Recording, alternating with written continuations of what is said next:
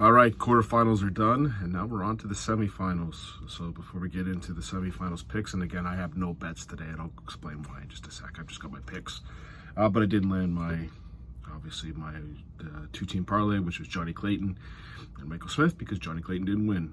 He lost to Dimitri Vandenberg. One of my thoughts on the game, I was really impressed with Dimitri Vandenberg, to be honest. He held in there. Johnny didn't take out his chances like he normally does, but Dimitri Vandenberg was there. Didn't panic. I think some of the slowing down and the stuff that Dimitri does about maintaining his his nerves or calming himself down, whatever mental routine he goes through, did affect Johnny a bit. Couldn't get into a rhythm like you had in previous games, especially the Josh Rock game. You're in a rhythm the whole time. So I think that did affect him, but Dimitri Vandenberg on to the next round. Michael Smith, Stephen Bunting. Whoa, Stephen Bunting hit some doubles. I think it was to me, Bunting was the better player, which was crazy to me. But let me just see what his doubles were. They were bad, as I recall. 14 for 58. That's 24%. That's terrible. And he had plenty of chances to be in that game and to keep going, especially when he went down. Was it 4-1, and then he went 4-2, 4-3. You're like, okay. But Smith stepped up, had a good leg at the end, but I wasn't really impressed with Michael Smith at all. But Stephen Bunting, Jesus, work on your doubles, man. You would have won the game if you hit your doubles. Let's get into the afternoon session. First of all, Clemens beating Price, and Price with the ear muffs or whatever the hell they were. A simple fact. So, Gerwin Price, I don't know how old Gerwin Price is. He's got to be in his 30s. He's got the mentality of a 10-year-old. He just does. He's the only one that seems to get riled by the crowd. I've seen William O'Connor lose it a couple times. I've seen a couple players lose it. Ian White on the whistling in the Europe tour. Peter Wright, have you ever seen him lose his mind when the crowd booed him, when they're singing Scotland, Get Battered wherever they go? Alan Suter plays up the crowd, but he doesn't get angry and frustrated by the crowd. It just seems like Gerwin Price is just like a little baby with his little ball, and once it's been taken, he's going home. His post on Instagram, does he not have any people that monitor this shit? Like, he's coming off awful. Now, I'm going to take a look at it here. I think right now, if I'm not mistaken, Gerwin Price is 4th in the world. However, if Dimitri Vandenberg ends up winning the tournament, he would actually go to 5th in the world. So really, even if Gabriel Clemens wins it, Price is still 4th. But if Dimitri Vandenberg ends up winning the tournament, then he would be 4th, and Gerwin Price would drop to 5th, which I think affects your Premier League picks. If you're the PDC, do you want this little baby in the Premier League complaining all the time about the crowds and how the crowds are unfair to him? It's a joke. So if you're going to put earplugs in, do what Mervyn King does. He doesn't make a big deal about them. He stuffs them in his ears. He's done.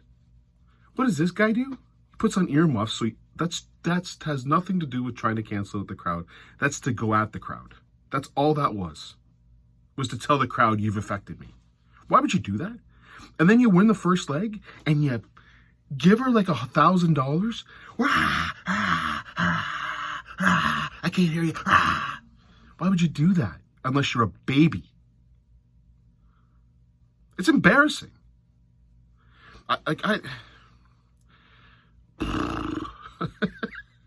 This is supposed to be a top tier dart player in the world, acting, and then he goes, "I will never play this tournament again. I'm thinking about not playing." You gotta play. You're not. Stop being a moron. Oh, I'm really scared Gerwin Price isn't going to play in a 500,000 winner take all tournament. 500,000 last pounds, by the way, not for Canadians. That's about $1 million. I'm not going to play in a possible winning $1 million tournament. Even though, with the way he played awful all tournament, and he still got to the quarterfinal. He played awful all tournament. So what does he walk home with? $50,000? And you're not going to play with, 100,000 Canadian. 50,000 pounds, and you're not going to play in it again. Okay, yeah, I bet. I'm sure when the World Championships turn up next year, Gerwin Price won't be there. Just such a baby. Now, you can call it, oh, he's got this, athlete's attitude. He hates losing. There's no problem with hating losing. There's no problem hating losing at all. You should hate to lose. But to go find excuses in the middle of a game? Well, if Gerwin Price comes out after 3-1 and destroys him in the next set, Clemens folds. That's all Price had to do, was go out and play really good darts, and he wins the game. But he'd already found his excuse. He'd already put his earmuffs on to tell everyone it's his excuse. Here's my excuse. I would have won except for the crowd. It wasn't because Gabriel Clemens played good. It was because your crowd, you're terrible. Clemens played fantastic, to be honest with you. What was his average? Nearly 100 average. Clemens played good. You lost because Clemens was the better player. You didn't lose because the crowd yelled at you. What were your doubles? 31% to 35. Okay, horrible doubles. But 21 doubles. Clemens had 21 more chances at doubles than you. He outscored you. There were a couple rounds where Clemens had like 3 darts to finish off the game, and he missed twice and hit it on the 7th dart because you were scoring terribly. I'm just sorry. You can tell I'm overreacted to some headphones, but my God, I'm more reacting to the guy's a baby. Give him like someone should bring a little diaper and some toys for him. Maybe he'd be all right. You know what? Here's one thing you maybe keep in mind in the World Championship. When did Gerwin Price win a World Championship? When there was no crowd. What did he do in 2020? He cried about Peter Wright. What did he do in 2019? He lost because Nathan Aspinall beat him. Came back from 2-0 to beat him. The crowd got on him. Now, last year he lost to Michael Smith in a really great game. I don't remember the crowd being part of that game. But it's enough. Like, that was embarrassing. So if I'm kind of sort of cheering for Dimitri Vandenberg to win the tournament, because if I'm the PDC, I don't put this dummy in the Premier League. What's the point? Do you think oh, by the way, are you going to get the crowd on your side by doing that now? The crowd knows they're affecting you. Do you think when you go to the next crowd, they're not going to yip and yap at you? Hell, I bet you in Wales, if you're playing Johnny Clayton, you're the one who's going to get yipped and yapped at. You're just doing it to yourself. I don't understand this. You ever see Michael Van Gerwen do that? Peter Wright? No, you don't see them do that? Have they been yelled and screamed at and booed and whistled? Yeah. Never seen them go at the freaking crowd. Anyways, embarrassing for Gerwin Price. And then more embarrassing was Dobie didn't show up. Again, I'm like, MVG's getting this thing again where people lose to him before they even get on stage.